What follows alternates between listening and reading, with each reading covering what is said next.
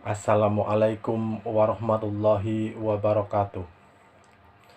Jumpa lagi dengan saya, Kadyo Winoto, yang membahas masalah asam lambung, anxiety, dan psikosomatis. Kawan semua yang sedang berjuang untuk sembuh dari asam lambung, anxiety, psikosomatis, semoga cepat dikasih kesembuhan oleh Allah dan bisa bekerja normal seperti dulu lagi. Amin ya robbal alamin. Di sini saya bukan dokter, bukan ahli kesehatan, ataupun bukan psikiater. Saya hanya petani yang pernah menderita asam lambung, anxiety, dan psikosomatis, yang alhamdulillah sekarang sudah sembuh total dan bisa bekerja kembali seperti sedia kala. Kawan semua, kali ini saya ingin membahas masalah asam lambung, anxiety, psikosomatis, bagian yang gemeter, lemas, dan tremor. Kawan semua, kebanyakan para penderita asam lambung, anxiety, psikosomatis pasti merasakan lemes, gemeter, tremor, disertai dengan kesemutan serta ketutan di mana-mana. Kawan semua,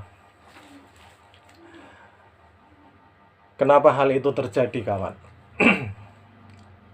Dan kenapa hal itu bisa menimbulkan kecemasan serta bisa membuat kita gelisah, was-was, dan ketakutan, yang ujungnya adalah takut mati tersebut, kawan. Seperti itulah para penderita asam lambung, anxiety, dan psikosomatis. Sensasinya luar biasa. Kenapa itu terjadi, kawan? Setelah saya memahami, mempelajari, dan berusaha untuk mengerti yang dibimbing oleh para mentor, para pembimbing yang pernah mengalami hal tersebut, dan sekarang pun beliau sudah pada sembuh total dan normal kembali. Hal itu disebabkan yang utama adalah dari kecemasan itu, kawan. Biang keroknya adalah kecemasan yang mengarah ke gelisah, was-was, dan akhirnya ya ketakutan. Semuanya menjadi takut. Apa yang mau kita lakukan itu serba takut, kawan. Belum kita lakukan, sudah kita pikirkan. Dan pemikiran itu kebanyakan adalah arahnya negatif, kawan. Nanti begini, nanti begitu, nanti begono, dan sebagainya. Kawan semua, dulu saya juga mengalami hal tersebut. Tremor, gemeter, lemes, ketutan di mana-mana, kesemutan. Saya berusaha memahami itu, kawan. Dan saya pun keluar masuk rumah sakit juga, ke dokter, ke sana, ke sini, ke ahli herbal. Tetapi apa jawaban mereka, kawan? Kamu hanya asam lambung. Nggak apa-apa, tenang saja. Tetapi yang saya rasakan tidak seperti yang mereka bilang, kawan. Sungguh luar biasa. Dan itu terjadi setiap detik, setiap hari, setiap jam, setiap menit, setiap detik. Dari mau tidur sampai bangun tidur. Dari bangun tidur sampai mau tidur lagi juga begitu, kawan. Dan itu lumayan lama, kawan. Tapi setelah saya berusaha untuk menerima keadaan saya seperti itu, saya tetap bersyukur bahwa saya masih bisa bergerak. Seluruh anggota tubuh saya juga normal, bisa digerakkan semua. Walaupun kepayahan, kesusahan, jatuh bangun, saya tetap bersyukur, kawan. Dan marilah kita tetap bersyukur, kawan. Sekecil apapun nikmat, syukuri, kawan.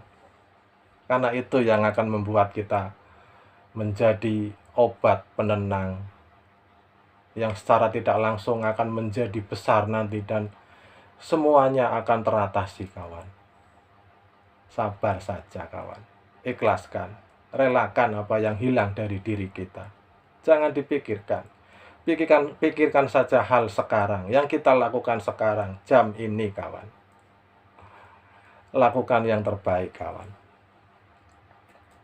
Dan bantu fisiknya dengan ya makan makanan yang bergizi kawan. Agar nutrisi tetap terjaga. Darah membawa nutrisi ke seluruh tubuh juga tercukupi. Makan dengan makanan yang bergizi kawan. Jangan ketakutan dengan makanan. Pelan-pelan kawan.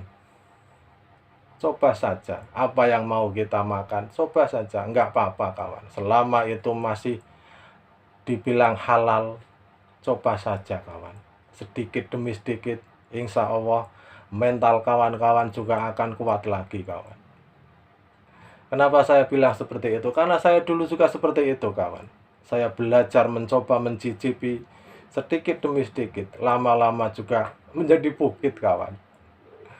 Dan rasa cemas, was-was, gelisah, takut ini itu juga sirna semua kawan. Yang dibarengi dengan segala macam sensasi yang seabrek itu juga rontok satu persatu kawan. Dan digantikan dengan sehat kembali. Seperti sedia kala kawan. Kawan semua, ternyata memang benar. Biang kerok dari segala macam sensasi yang namanya kecemasan, kegelisahan, dan takut mati itu adalah kecemasan itu sendiri kawan. Kurangi kecemasan pelan-pelan kawan. Nanti juga akan baik sendiri. Nanti juga akan normal kembali kawan. Yang penting sabar, lalui prosesnya, pahami, sadari sesadar-sadarnya bahwa tubuh kita masih terganggu karena efek dari asam lambung anxiety psikosomatis tersebut kawan.